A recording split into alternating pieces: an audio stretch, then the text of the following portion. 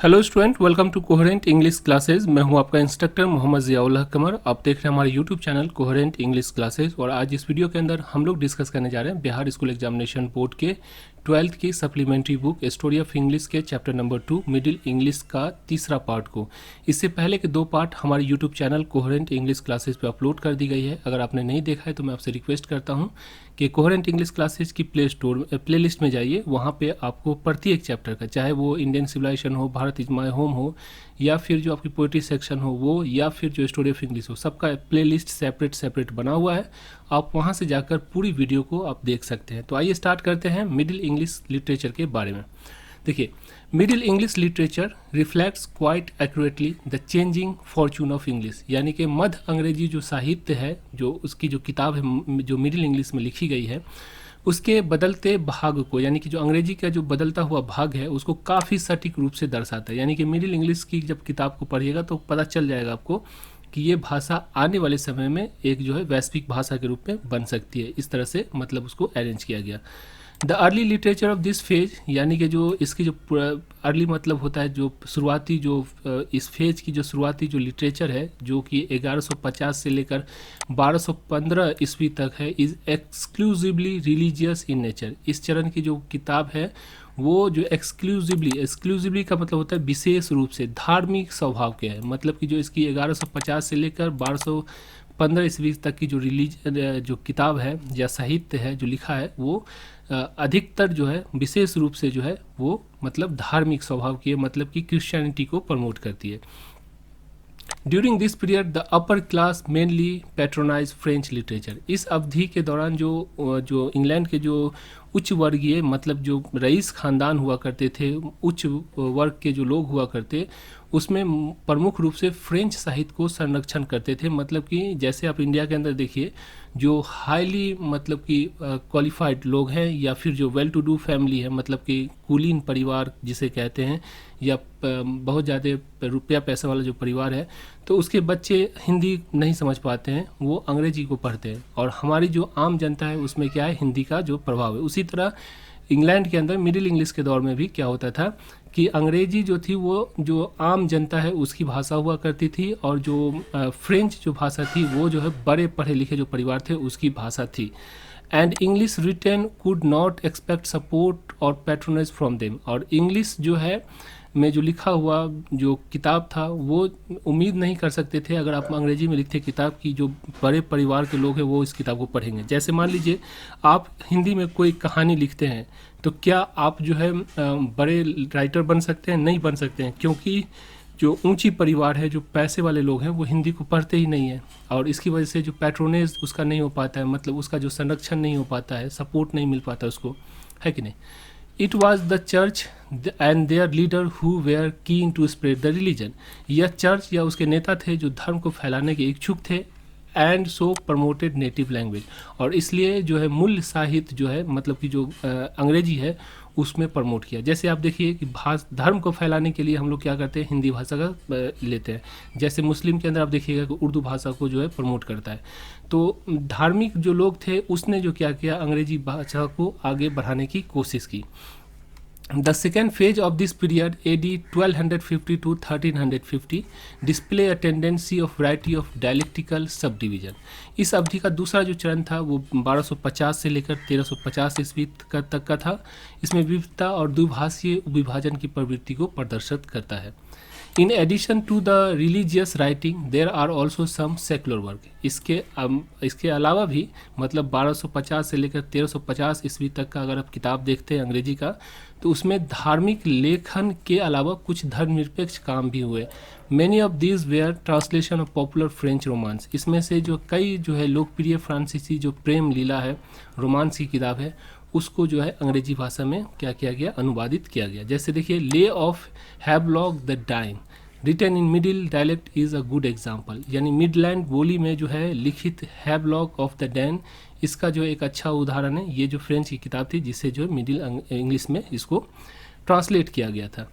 This poem so clearly that the old infections are all gone. ये कविता स्पष्ट रूप से दिखाती है कि पुराने जो खचपच हो गए थे इंग्लिश के अंदर, क्योंकि बहुत सारी उपबोलियाँ की वजह से, तो वो जो है सभी खत्म हो गए हैं मिडिल इंग्लिश के अंदर। And the vocabulary is almost unmixed with the French, और जो शब्दावली है वो फ्रेंच के साथ साथ अमिश्रित लगती है, मतलब कि उसमें फ्रेंच का वर्ड नहीं लाया गया है, अंग्रेजी का जो वर्ड है उसको डाला गया। Two other work of this period which contain high promotion of French words are the Renault of Rose written by Geoffrey Chaucer and the romance of king Alexander.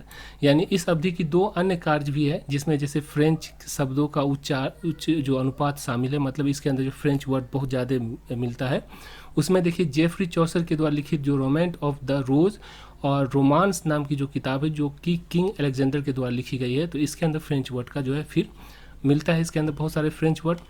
The second half of the 14th century 1314 to 1400, यानी कि जो 14वीं शताब्दी का दूसरा भाग है, यानी 50 के बाद, यानी 1340 से लेकर 1400 ईस्वी is known as period of great individual writer. इसमें जो है इंडिविजुअल राइटर यानी कि अपने अपने, इंडिविजुअल का मतलब होता है व्यक्तिगत लेखक, मतलब कि अपने से खुद से जो लेखक बने, तो बहुत सारे जो लेखक जो थे वो इसके अंदर प्रोड्यूस हुए। This phase is also refer as a classical Middle English. इस चरण को शास्त्रीय मध्य अंग्रेजी भी कहा जाता है।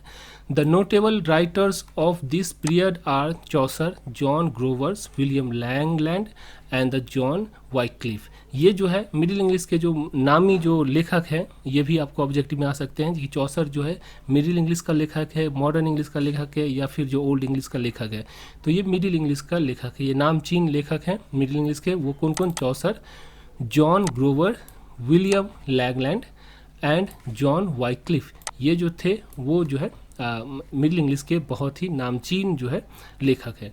The following are the well known work of this writer. इन लेखकों के द्वारा जो प्रसिद्ध काम है वो निम्नलिखित है। Who have made this an outstanding age, जिसने इस एज को यानी इस काल को, मिडिल इंग्लिश के काल को उत्कृष्ट काल बना दिया। देखिए यहाँ पर चौसर की जो लिखी गई किताब है, ये देखिए prologue of the Canterbury tale, the Canterbury tales, ठीक है। उसके बाद द ग्रोवर का लिखा हुआ देखिए मेडिटिएंटिस, वॉक्स क्लेमेंटिस, कॉन्फेसो अमेंटिस, ये सब जो है ग्रोवर की लिखी हुई किताब है।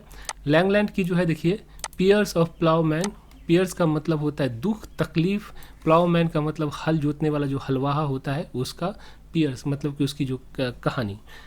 उसके बाद देखिए वाइक्लिफ की जो है बाइबल ट्रांसलेशन जो किया है वाइक्लिफ ने, वो ये जो है सो मतलब इनकी प्रमुख कार्य है। Other two great works of this period are unknown author, और इसमें जो है दो बहुत ही महान काम हुए, मतलब बहुत ही बेहतरीन किताब है, लेकिन उसके जो ऑथर हैं वो क्या है? अननोन है, अज्ञात है, उसका मालूम नहीं किसने जो है इसको जो है मतलब कि लिखा। But this is no way diminish their importance, लेकिन ये किसी भी तरह से जो वो काम है, वो किताब है, उसके महत्व को कम नहीं करता। These are the pearls and the Sir Gawain Green Knight and the Green Knight. ये जो है ये पर्ल्स और सर ग्वाने और ग्रीन नाइट जो नाम की जो किताब है, ये अननोन राइटर, यानी इसका राइटर कौन है ये पता नहीं चलता है, लेकिन इसके द्वारा लिखी गई किताब बहुत ही इंपॉर्टेंट रोल निभाती है मिडिल इंग्लिश के अंदर। The latter is consider one of the greatest example of English poetry, यानी लेटर मतलब जो द ग्रीन नाइट जो है बाद वाला, यानी द ग्रीन नाइट जो किताब है वो पोइट्री के लिए बहुत ही बेहतरीन किताब का एक एग्जाम्पल यानी कि नमूना है। The universally accepted pinnacles of the poetic achievements are the work of Chaucer, which provide a great amount of information about the medieval life and times। यानी काव्य मतलब कि जो पोइट्री टाइप की जो लेख है उसमें उसकी उपलब्धियों में सार्वभौमिक जो है स्वीकार जो शिखर पर जो है वो कौन है? चौसर के काम है, जो कि मध्ययुगी जीवन और समय के बारे में बड़ी मात्रा में जानकारी प्रदान करते हैं। Thus Chaucer works are the major source of information about Middle English grammar, vocabulary and pronunciation। इस प्रकार जो चौसर है उसके काम मध्य अंग्रेजी व्याकरण और शब्दावली और उसके जो उच्चारण है उसके बारे में जानकारी का प्रमुख स्रोत है। तो इस तरह से आपका जो है मिडिल इंग्लिश का भी की जो तीसरी पार्ट है उसका समापन हुआ। आशा करता हूँ ये वीडियो आपको अच्छी लगी होगी। अगर आप बिहार स्कूल एग्जामिनेशन बोर्ड के स्टूडेंट हैं तो आप इस किताब को रेनबो स्नैपशॉट को, जो कि हमारी कोचिंग की तरफ से निकलती है, इसको परचेज कर सकते हैं। इसमें पूरी चैप्टर का रेनबो का प्लस स्टोरी ऑफ इंग्लिश का प्लस ग्रामर का, ये टोटल 528 पेज की किताब है जो कि कंप्लीट बुक है 12th की अंग्रेजी को पढ़ने और पढ़ाने के लिए। तो अगर आप टीचर हैं तब भी इसको मंगवा सकते हैं, स्टूडेंट हैं तब भी आप इसको मंगवा सकते हैं। किताब मंगवाने के लिए आप हमारी एप्लीकेशन कोहेरेंट इंग्लिश क्लासेज, जिसका लिंक इसी वीडियो के डिस्क्रिप्शन बॉक्स में मिल जाएगा, या फिर आप जो है प्ले स्टोर पर जाके कोहेरेंट इंग्लिश क्लासेज जो चैनल का नाम है उस नाम से आप सर्च कर सकते हैं और उस एप्लीकेशन को डाउनलोड कर सकते हैं। या फिर कोई अधिक जानकारी लेनी हो तो आप 9065829862 पे जो है कॉल कर सकते हैं और अधिक जानकारी ले सकते हैं। अगर आप टीचर हैं तो इस PDF फाइल को अपनी कोचिंग के नाम से जो बनवा सकते हैं। इससे फ़ायदा ये होता है कि आप बच्चे के बीच में इसको डिस्ट्रीब्यूट करेंगे, मार्क्स स्कोर करने में बहुत ही मील का पत्थर साबित होता है ये किताब। Thank you so much for watching coherent English classes.